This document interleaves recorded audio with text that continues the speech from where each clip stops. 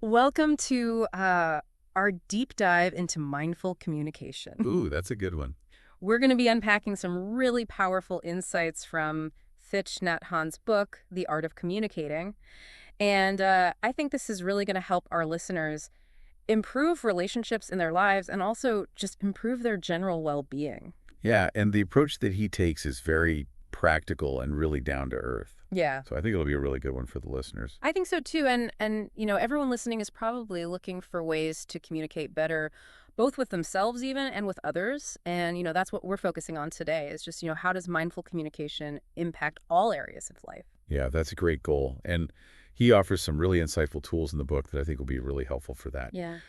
One of the most interesting concepts I think that he presents is the idea of communication as consumption, Okay, I like that. which is fascinating. Yeah, unpack that. Huh. What does he mean by communication as consumption? Well, think of it this way. Like every interaction that you have, every conversation is a form of nourishment.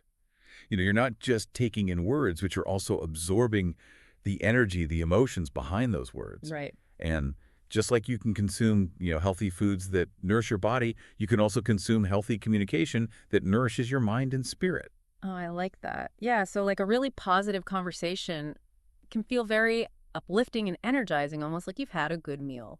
Exactly. And then on the flip side, think about a time when you had a conversation that left you feeling kind of drained or maybe anxious or upset. Oh, yeah. It's like you ingested something toxic. I've been there, I think, especially like in work environments, sometimes where negativity can spread like wildfire. It's almost like you can't help but absorb some of that toxic energy. That's exactly what he's talking about. Yeah. That we can absorb these toxins like hate, anger, frustration through these conversations. Right. But he doesn't leave us there. He offers a solution, Okay. which is mindful awareness. Okay, so mindfulness is like a shield then to protect us from absorbing all that negativity. Yeah, I think of it more as a filter. Okay. Mindfulness allows you to kind of observe the communication, the energy, without immediately internalizing it. Right. So it gives you the space to choose how you respond rather than just reacting. That makes a lot of sense. But if mindfulness is the key here, where do we start? Yeah. How do we cultivate that awareness in our daily lives? Well, he offers a beautiful analogy Okay. of returning home to yourself. Okay. So it's about connecting with your inner world through mindfulness. Mm-hmm. And one of the simplest and most accessible ways to do that is through the breath. Okay, so focusing on our breath can help us return home, so to speak. Think about it. Yeah. Your breath is always with you. Yeah, It's a constant anchor to the present moment. that's true. And he guides us to actually notice the sensations of breathing. Okay. The rise and fall of your chest or the coolness of the air as you inhale. Even just using a simple phrase like breathing in, I know I am breathing in, can really help anchor you in the present moment. It sounds almost too simple, but I can see how that, just shifting your focus to something as basic as your breath could create a sense of calm and create a sense of space. Exactly. It's about creating space in your mind. Yeah. He calls it tidying up your inner home. Okay. And this sense of spaciousness is essential because it allows you to acknowledge something that a lot of us try to avoid. And that is, Suffering. yeah, suffering. Okay, that's a heavy topic, especially when we're talking about communication. It is, and it might seem counterintuitive. Mm. But he believes that facing your suffering rather than avoiding it is the path to compassion and love. Mm. He uses this analogy of a lotus flower. Mm. It needs the mud, the muck, in order to grow and blossom. Right. Similarly, compassion arises from understanding suffering, both our own and that of others. So by acknowledging our own pain, our own struggles, we become more capable of understanding the pain of others. Precisely. It's like building a muscle of empathy. Okay. He tells this story about a woman from Washington, D.C., who was on the verge of suicide Wow. due to some really intense relationship struggles, and she felt completely hopeless. Yeah. But through mindful communication practices, she was able to find solace and healing. Oh, wow. And so you can imagine how powerful that shift can be. That's amazing to think that by facing our own darkness, we can find a path to light, both for ourselves and for others. And that brings us to another really important concept, which is right speech, Okay. which he contrasts with wrong speech, Okay. which often causes harm and misunderstanding. Right. So what makes right speech different from harmful communication? Well, he offers these 4 simple but really profound criteria for determining whether our speech is conducive to healing and understanding. Okay. So before you speak, ask yourself, is it truthful? Okay. Is it necessary? Oh. Is it kind? Hmm. And is it beneficial? Wow, those are powerful questions. And I can see how, pausing to consider those four things could prevent a lot of unnecessary conflict and hurt feelings. Yeah. Absolutely. Yeah. Yeah, it's like having a little checklist for mindful communication before you open your mouth. Exactly. But it's not just about speaking right. Listening plays a huge role in this too. You're absolutely right. He actually places immense emphasis on the practice of deep listening. Okay. He compares it to Kwan the Am, the bodhisattva of compassion, listening to the suffering of the world. Wow, that's a beautiful image. Yeah, So deep listening is about more than just hearing the words. It's about creating that space for the other person to feel truly heard. exactly. And it's in that space, that sense of deep connection created by really listening, that I think some of his other tools, like the 6 mantras of loving speech, can really work their magic. Okay, 6 mantras. You've got my attention. Yeah. What are these mantras and how can they help us communicate more mindfully? They're short, powerful phrases that can strengthen relationships and even diffuse tense situations. Okay. So for instance, imagine you're talking to someone who's going through a tough time. Okay. The first mantra is, I am here for you, which conveys a sense of presence, support, availability. It's like saying, I see you, I hear you, and I'm here to support you however I can. Exactly. Simple but powerful. And it can be incredibly comforting to someone who's feeling lost or overwhelmed. Right. Another mantra that I think is particularly relevant to your desire for more mindful communication is the second one, Okay. which is, I know you were there and I am very happy. Ah, that's beautiful. Yeah. It acknowledges the other person's presence and expresses joy in that presence. I love that. Yeah, he points out that we often take our loved ones for granted. Yeah, that's true. And this mantra can help us shift from a place of judgment or indifference to a place of appreciation and joy. Do you think this could be a good antidote to those toxic communication situations that we were talking about earlier? Absolutely, I think Yeah. so. Yeah. He actually shares a story about how this mantra transformed a relationship. Oh, tell me about it. So there was a woman named Elizabeth who had this habit of lecturing her sister, Hmm. which always led to conflict. But when she started practicing mindfulness, she realized that she needed to change her communication style. Okay.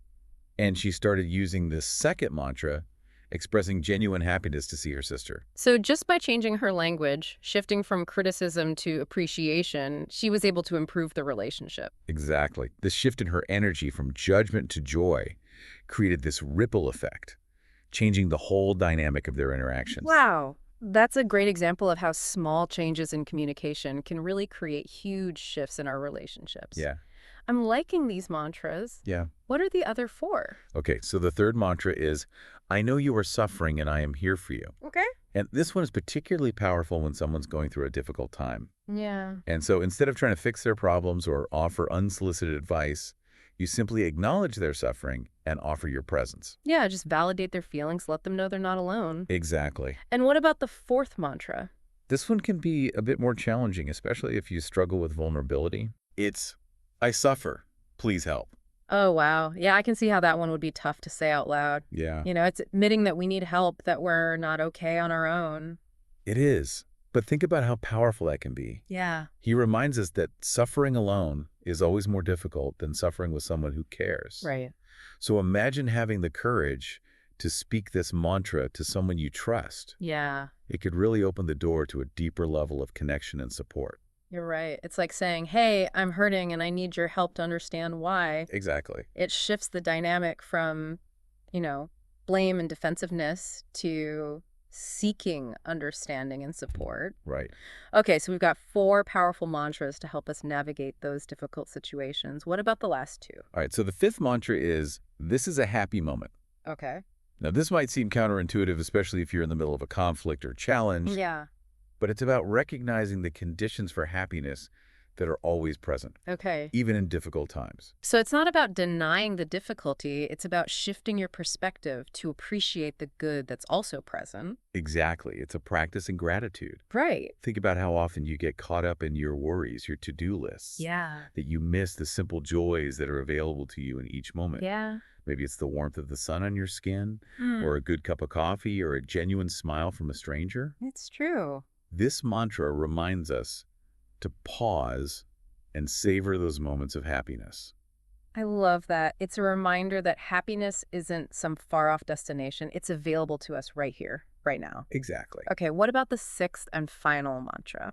All right, so the sixth mantra is, you are partly right. Mm, Now, this one's interesting because it can be used in response to both praise and criticism. okay, I'm curious how that works. So when someone praises you, it's easy to get kind of caught up in that positive feedback and lose your sense of balance. Yeah, So this yeah. mantra helps you stay grounded, reminding you that you have both strengths and weaknesses. And when someone criticizes you, it can help you avoid getting defensive. Mm. It allows you to acknowledge that the criticism might contain some truth, while also recognizing that it doesn't define you.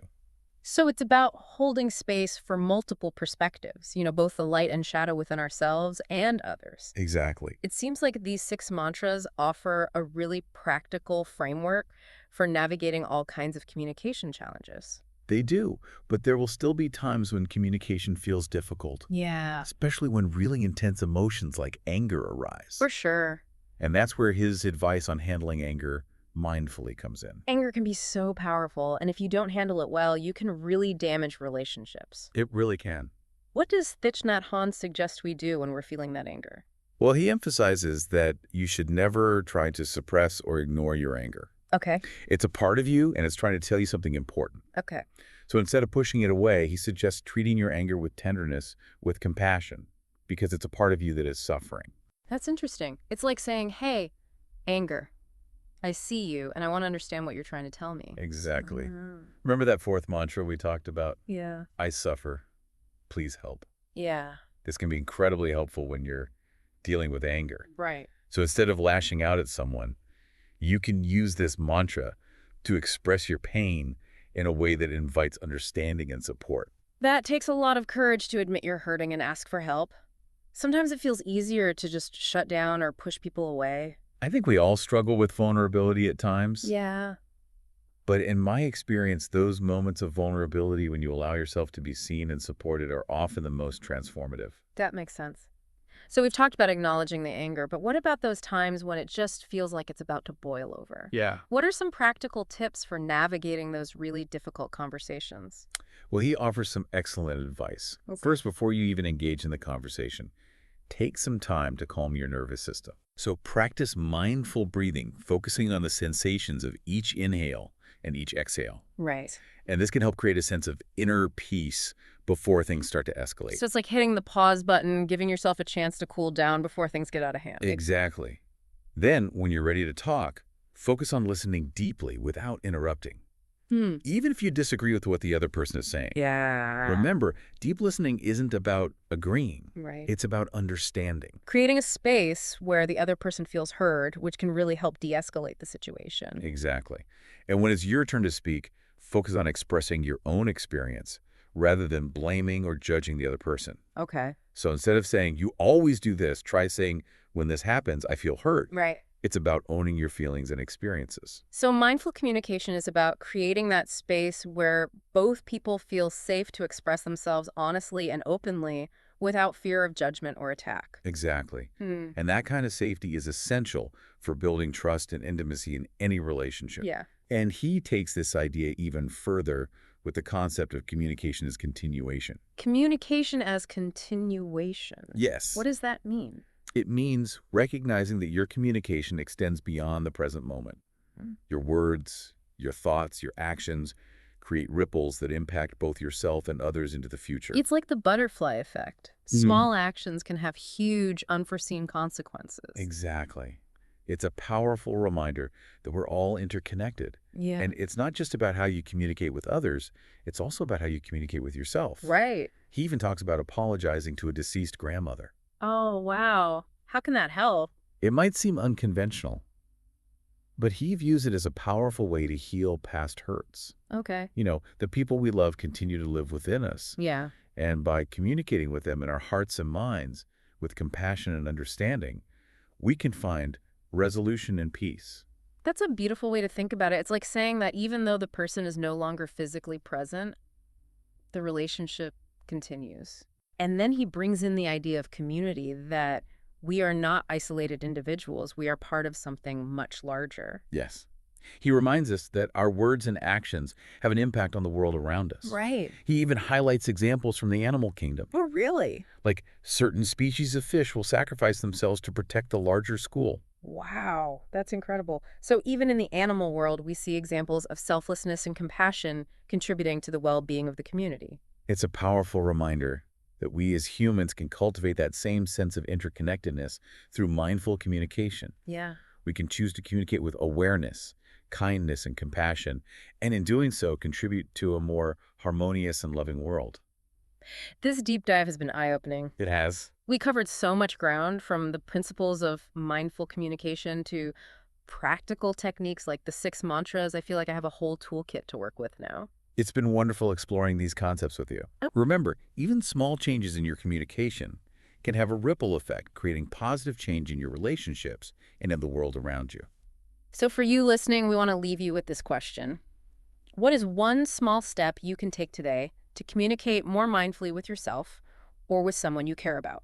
Maybe it's practicing mindful breathing before a challenging conversation, Yeah. or expressing gratitude to a loved one using one of the 6 mantras. Mm. Or perhaps it's simply taking a moment to truly listen without judgment to someone you care about. Whatever step you choose, we encourage you to observe its impact on your relationships and your overall well-being. Thanks for joining us on this deep dive.